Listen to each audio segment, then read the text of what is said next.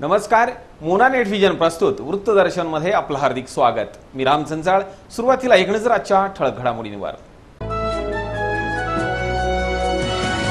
खरीपातील पिकांची तहान वाढलेली असताना पाऊस झाला गायब। भोकरदन तालुका परिसरातील पिके संकटात सापडण्याची शक्यता। सिल्लोड येथील मुख्य रस्त्यावर सातत्याने होते वाहतुकीची कोंडी। बेशिस्त उभी राहणारी वाहने, हातगाडी धारक आणि अतिक्रमणाचा परिणाम। भोकरदन तालुक्यातील हसनाबाद परिसरामध्ये वन्य प्राण्यांकडून खरीप पिकांची नासाडी, शेतकरी झाले त्रस्त। आणि राखी पौर्णिमेच्या निमित्तानं फुलंब्री येथील बाजारपेठ विविध रंग आणि आकाराच्या राख्यांनी सजली। खरीप पिकांची तहान वाढलेली असताना पाऊस अचानक गायब झाल्यानं भोकरदन तालुका परिसरातील खरीप हंगाम धोक्यात येण्याची चिन्ह निर्माण झाली आहेत। मागील महिनाभरापासून भोकरदन शहरासह तालुक्यातून पाऊस गायब झाल्यानं यावर्षीचा खरीप हंगाम धोक्यात येण्याची चिन्ह निर्माण झाली आहे। दरम्यान मायबाप सरकारने कर्जमाफीचा घोळ सुरूच ठेवून पीक विमा भरतानाही दात दाखविले। तसेच सुरुवातीला चांगला पाऊस होऊन खरीपाची पिके ऐन जोमात असतानाच पाऊस गायब झालाय। सरकारसह निसर्गाने ही दगा देण्याचा प्रयत्न चालवल्यानं जगाचा पोशिंदा म्हणून गणला जाणारा शेतकरी संकटात सापडल्याचं चित्र दिसून येत आहे। मागील एप्रिल मे महिन्यापासूनच हवामान खातं अक्षरशः पोपटासारखं हवामान खात्याच्या पावसाबाबत अंदाज वर्तवण्यात आघाडीवर होतं। सरासरी एवढा पाऊस होण्याचं भाकीत हवामान खात्यासह बाबा बुवाही भाकीत वर्तवताना अजिबात दमत नव्हते। यांच्या भंपकबाजीवर विश्वास ठेवून भोळा बाबडा शेतकरी बिनधास्त राहिला। खरीप हंगामासाठी तयारीला लागून महागा मुलाची बी बियाणं तसंच रासायनिक खतांची तजवीज केली। त्यासाठी शेतकऱ्यांनी बँकेचे उंबरठे झिजवले, सावकाराचे पाय धरले आणि काहींनी आपल्या कारभारणीच्या अंगावरील सोन्याची किडूक मिडूक विकून पेरणीची तयारी केली। हेही सांगणे न लगे। आणि आश्चर्य, पाऊसही वेळेवर म्हणजे मृग नक्षत्राच्या सुरुवातीलाच धोधो बरसला। पेरणी अगदी वेळेवर होते म्हणून बळीराजाही खुशीत होता। त्यानंतरही चांगला पाऊस झाल्यानं खरीपाच्या मका, कपाशी, सोयाबीन, उडीद, मूग, बाजरीसह खरीपाची सर्वच पिकं डोलदारपणे डोलू लागली। आणि आता अचानकपणे मागील महिनाभरापासून पावसाने डोळे वठारलेत। आज येईल उद्या येईल या भरोशावर शेतकरी बिंदास्त राहिला। परंतु जसजसं दिवसामागून दिवस जात आहेत आणि पिकांनी ऊन धरून माना टाकायला सुरुवात केल्यानं बळीराजाच्या तोंडचं पाणी पळालं असून खरीप हंगाम धोक्यात येण्याची चिन्ह दिसत आहेत। सरकारने ही कर्जमाफीचा घोळ घालून शेतकऱ्यांच्या तोंडाला पाणी पुसली आहेत, तर वरुण राजा ही कमालीचा रुसलाय। त्यामुळे शेतकरी सरकार आणि निसर्गाच्या कात्रीत सापडल्याचं चित्र आहे। वृत्तप्रतिनिधी सुरेश बनकर, भोकरदन। सिल्लोड शहरातील मुख्य रस्त्यावर बेशिस्तपणे उभी राहणारी वाहने, हातगाडीधारक आणि काही ठिकाणी दुकानदारांचं अतिक्रमण यामुळे नेहमी वाहतुकीची कोंडी होत असल्याचं चित्र आहे। पाहूया याविषयीचा एक वृत्तांत। मुख्य मार्गावरील वाहतुकीची कोंडी ही आम्हा सिल्लोड वासियांना पाठीलाच कोंडलेली आहे। या वाहतुकीच्या कोंडीमुळे नेहमी या ठिकाणी अक्षरशः पायी चालणाऱ्या व्यक्तींना सुद्धा अगदी जीवघेणी कसरत करावी लागते। या वाहतुकीच्या कोंडीकडे ना प्रशासनाचं लक्ष ना कोण्या राजकारण्यांचं लक्ष, सगळे आपल्या दुनियेत मशगूल आहे। बघूया हा विशेष वृत्तांत।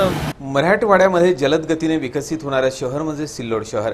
विकासाबरोबरच शहरात मोठी वाहतूकही वाढली आहे। वाढत्या वाहतुकीमुळे, बेशिस्त उभ्या पार्किंगमुळे तसेच रस्त्यावर थाटलेल्या दुकानांमुळे शहरात नेहमी मुख्य मार्गावर वाहतुकीची कोंडी पाहायला मिळते। या मुख्य मार्गावरून नेहमी लहान मोठी वाहनांची वर्दळ असते। त्यात दुचाकीधारक मिळेल त्या जागेवर आपली वाहने मोठी कसरत करून मार्गस्थ होतात। या मार्गावरून पायी जाणाऱ्या पादचाऱ्यांनाही जीव मुठीत घेऊन मार्ग काढत जावं लागतं। पाहूया या संदर्भात काही नागरिकांच्या प्रतिक्रिया। शहरामध्ये जास्त गर्दी असल्याने मोठाल्या वाहनांची धावपळ सुरू असते। त्यामध्ये दुकानदारांनी आपल्या दुकानासमोर जे की ट्रॅफिक उभी करतात, त्यामुळं येणाऱ्या जाणाऱ्यांना खूप अडचण होते। पर्यायाने नगरपालिकेने मोठ्या वाहनाकरता किंवा मोटरसाइकिलीकरता पार्किंगची व्यवस्था करावी। भागा दौड़ी के दौर में सबसे बड़ा मुद्दा जो शहर में हो रहा है वो ट्रैफिक का बेतरतीब से जाना आना, छोटे रास्तों में बड़ी गाड़ियों का जाना आना, कहीं जिसके दिल में जहाँ आया वहाँ पार्किंग कर देना, इससे जो है बहुत तकलीफ है जाने आने वालों के लिए। दूसरा मुद्दा ये है कि पब्लिक जो है हिसाब से चलती नहीं है। 2 व्हीलर्स हो गए, 4 व्हीलर्स हो गए, टैक्सी वाले हो गए, इनको अजीबात रूल का चलने का कायदा क्या है ये मालूम नहीं है। रॉन्ग साइड घुसेंगे, किसी को जो है टक्कर मारेंगे, निकल जाएंगे, जो दिल में आया वो चलाते हैं। सबसे पहला मुद्दा ये है कि ड्राइवर ने जो सुशिक्षित झाला पाहिजे उसने जो है ट्रेनिंग लेना चाहिए। सिक्योरिटी वो ट्रैफिक पुलिस का मसला है, पूरे रोड के ऊपर कहीं ट्रैफिक नहीं है, 4 किलोमीटर का रास्ता है सिटी के अंदर में, कहीं ट्रॅफिक पुलिस नहीं है, ये एक बड़ा मुद्दा है। इसका आपल्या रस्त्यावरील वाहनांमुळे गर्दी अतिशय जास्त होते आणि त्यामुळे महिलांना, सर्व बायकांना, महिलांना जायला यायला त्रास होतो। तर प्लीज कृपया करून विनंती करून सांगते की आपली रहदारी वगैरे आपली व्यवस्थित वाहने व्यवस्थित ठेवावी किंवा जाण्या येण्यासाठी महिलांना किंवा इतर लहान मुलांना जीव धोक्यात घेऊन चालावं लागतं। तर याच्यासाठी तुम्ही सर्वांनी की प्रयत्न करा। आज मितीला शहरात वाहने पार्किंगसाठी स्वतंत्र जागा उपलब्ध होणे गरजेचे झालं असून वाहतूक व्यवस्था नियंत्रित करण्यासाठी वाहतूक पोलिसांची नितांत गरज आहे। बनलेली ही वाहतुकीची कोंडी, या वाहतुकीची कोंडीला सिल्लोडकर आता चांगलाच वैतागलेला आहे। ही वाहतुकीची कोंडी केव्हा सुटेल याची अपेक्षा ते करत आहेत। या वाहतुकीची कोंडी सोडण्यासाठी आज प्रशासन काय दखल घेते हे आता येणारा काळच ठरवणार आहे। प्रशासन बातम्यांसाठी अनिल साबळे, सिल्लोड। जाफराबाद तालुक्यातील मोठी बाजारपेठ असलेल्या माहोरा येथे ग्रामपंचायतीच्या दुर्लक्षामुळे सार्वजनिक मुतारीच नसल्याने प्रवाशांची कुचंबना होत असल्याचं चित्र आहे। जाफराबाद तालुक्यातील माहोरा हे मोठ्या बाजारपेठेचं गाव। या गावाला परिसरातील 20 ते 25 खेडे जोडलेली आहेत। या ठिकाणी भरणारा आठवडी बाजारही प्रसिद्ध आहे। त्याचबरोबर या ठिकाणाहून मराठवाडा आणि विदर्भाला जोडणाऱ्या लांब पल्ल्याच्या गाड्याही जात असतात। प्रवाशांचीही मोठी वर्दळ असते, परंतु येथील बसस्थानक परिसर किंवा कुठेही ग्रामपंचायतीने सार्वजनिक मुतारी उभारण्याची साधी तसदी घेतलेली नाही। त्यामुळे प्रवाशांसह या ठिकाणी परिसरातील खेड्यातून आलेल्या नागरिकांची लघुशंकेसाठी कुचंबना होत आहे। त्यातच महिलांसाठी तर त्यामुळे ग्रामपंचायतीने लक्ष देऊन या ठिकाणी सार्वजनिक मुतारी उभारावी अशी सर्वांचीच अपेक्षा आहे। 1 वर्षभरापूर्वी ग्रामपंचायतीने रस्त्याच्या कडेला सार्वजनिक मुतारी उभी केली खरी, परंतु ती आता रस्त्यावर आडवी झाली आहे। एकूणच काय तर प्रवाशांना या ठिकाणी सार्वजनिक मुतारी नसल्यामुळे कुचंबना सहन करावी लागते। वृत्तप्रतिनिधी शंकर गांडुले, माहोरा। तालुक्यातील घाटनांद्रा येथे एकमेकांना शुभेच्छा देत रविवार रोजी मैत्री दिन उत्साहात साजरा करण्यात आला। सिल्लोड तालुक्यातील घाटनांद्रा येथे रविवार रोजी मैत्री दिन उत्साहात साजरा करण्यात आला। सर्वत्र मैत्री दिन हा तरुणांमध्ये विशेष करून मोठ्या उत्साहाने साजरा केला जातो। 6 ऑगस्ट रोजी घाटनांद्रा परिसरामध्ये मोठ्या उत्साहपूर्ण वातावरणात आणि जल्लोषात हा दिन साजरा झाला। यामध्ये शालेय मुलींचा उत्साह मोठ्या प्रमाणात दिसून आला, तर चिमुकल्यांनीही देखील आपल्या मित्राला फ्रेंडशिप बँड बांधून हा दिवस साजरा केला।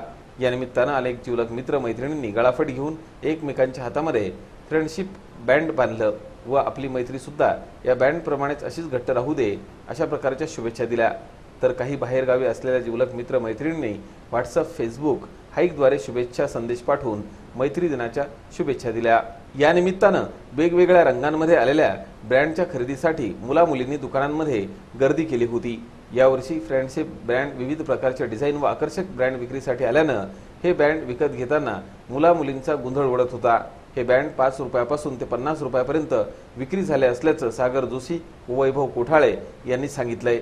वृत्तप्रतिनिधी श्रीराम जोशी, घाटनांद्रा। भोकरदन तालुक्यातील हसनाबाद परिसरामध्ये वानर व हरणांचे कळप खरीप पिकांची नासाडी करत असल्यानं शेतकरी त्रस्त झाले आहेत। कधी पावसाची दडी, कधी गारपीट, तर कधी रोगराई आणि त्यात भरीसभर म्हणून वन्य प्राण्यांपासून होणाऱ्या पिकांचं नुकसान, ही सर्व संकट जणू शेतकऱ्यांच्या पाचवीलाच पुंजलेली आहेत। भोकरदन तालुक्यातील हसनाबाद परिसरामध्ये यावर्षी पाऊस तसा जेमतेमच असून शेतकऱ्यांनी केलेल्या खरीपाच्या पेरण्यामुळे शेतशिवार पिकांनी रिमझिम पावसावर बहरली असतानाच या परिसरात वानर आणि हरिण या वन्य प्राण्यांनी हैदोस घातला असून उगवलेल्या कवळ्या खरीप पिकांची नासाडी त्यांनी सुरू केल्यानं शेतकरी त्रस्त झाले आहेत। वन विभागाने या वन्य प्राण्यांच्या उपद्रवापासून पिकांना वाचवावं अशी अपेक्षा शेतकरी व्यक्त करत आहेत। वृत्तप्रतिनिधी विलास दुधेसह राधेश्याम वैष्णव, हसनाबाद। राखी पौर्णिमेच्या निमित्तानं फुलंब्री येथील बाजारपेठेत विविध रंग आणि आकाराच्या राख्या दाखल झाल्याचं चित्र रविवार रोजी दिसून आलं। फुलंब्री शहरासह तालुक्यात रक्षाबंधनाच्या निमित्तानं मोठ्या प्रमाणात राख्या विक्रीसाठी आल्या आहेत। भाऊ बहिणीचं पवित्र नातं जपण्यासाठी बहिणीच्या वतीने चांगल्यातली चांगली राखी घेण्याचा मानस दिसून येत असला तरी वेळोवेळी या त्या कारणाने प्रत्येक सणावर दुःखाचं सावट असतं। यावेळीही पावसाने दडी मारल्यानं शेतकरीच नव्हे तर व्यापारी सुद्धा पावसाच्या प्रतीक्षेत असल्याचं चित्र दिसतंय। कारण बळीराजा सुखी तर सर्व सुखी असा ग्रामीण भागात समज आहे आणि तो खराही आहे। त्याचमुळे शेतकऱ्यांवर संकट असल्यास सर्व ठिकाणी याचे पडसाद उमटताना दिसतात। तरीही राखी पौर्णिमेचा सण मोठ्या भक्तिभावाने साजरा केला जातो। यावर्षी मात्र चिनी राख्यांना मागणी नसल्यानं चिनी राख्या बाजारातून गायब झाल्याचं चित्र दिसतंय। लहान मुलांच्या आवडत्या राख्या म्हणून कॉटनची राखी बच्चे कंपनीच्या पसंतीस उतरली आहे। वृत्तप्रतिनिधी नंदकुमार हापत, फुलंब्री। फुलंब्री तालुक्यातील लोहगड नांद्रा येथून भाविकांची पायदिंडी बुलढाणा जिल्ह्यातील साखरखेडा येथे प्रसिद्ध स्वामी महाराजांच्या यात्रा उत्सवासाठी मार्गस्थ झाली आहे। गेल्या 42 वर्षापासून फुलंब्री तालुक्यातील लोहगड नांद्रा येथील भाविक मोठ्या भक्तिभावानं श्रीमद जगद्गुरू प्रसिद्ध स्वामी महाराज यांच्या दर्शनासाठी पायी दिंडीने प्रवास करून चतुर्थीला बुलढाणा जिल्ह्यातील साखरखेडा येथे जातात। रक्षाबंधनाच्या आधीच्या दिवशी लोहगड नांद्रा येथे भक्तिभावाने भंडाऱ्याचे आयोजन करून झेंड्याची भक्तिभावाने पूजा करून त्याला राखी बांधतात आणि दिंडीला मार्गस्थ होतात। टाटा टेम्पो भक्तांच्या सेवेसाठी देत असतात। या दिंडी सोहळ्यामध्ये लोहगड नांद्रा, देऊळगाव राजा, वरखेड, आळंद, सिंदखेड राजा येथील भाविक मोठ्या भक्तिभावाने सहभाग नोंदवतात। 8 दिवस चालणारा हा पायी दिंडी सोहळ्यामध्ये ठिकठिकाणाहून भाविक सहभागी होत शेवटपर्यंत दिंडीत हजारो भाविक सहभागी होतात। या पायी दिंडी सोहळ्यामध्ये झेंडेकरी रेवनाथ चिनुके असून दिंडीमध्ये सहभागी भक्तांच्या मदतीसाठी प्रमोद लकडे, सागर लकडे, संतोष लकडे, विजय गवंडर, अक्षय गवंडर, दत्तू लकडे, कचरू गवंडर, सतीश लकडे, अतुल लकडे, शारजा राजमुकुट, संगीता घोडेले, ज्योती कबाडे, रंजना लकडे, पल्लवी लकडे आदींसह लोहगड नांद्रा येथील सामाजिक कार्यकर्ते मोठ्या हिरिरीने भाग घेतात। वृत्तप्रतिनिधी नंदकुमार हापत, फुलंब्री। शेवटी पुन्हा एकदा एक नजर आजच्या ठळक घडामोडींवर। खरीपातील पिकांची तहान वाढलेली असताना पाऊस झाला गायब। भोकरदन तालुका परिसरातील पिके संकटात सापडण्याची शक्यता। सिल्लोड येथील मुख्य रस्त्यावर सातत्याने होते वाहतुकीची कोंडी। बेशिस्त उभी राहणारी वाहने, हातगाडी धारक आणि अतिक्रमणाचा परिणाम। भोकरदन तालुक्यातील हसनाबाद परिसरामध्ये वन्य प्राण्यांकडून खरीप पिकांची नासाडी, शेतकरी झाले त्रस्त। आणि राखी पौर्णिमेच्या निमित्तानं फुलंब्री येथील बाजारपेठ विविध रंग आणि आकाराच्या राख्यांनी सजली। याचबरोबर आजचं बातमीपत्र संपला। नमस्कार।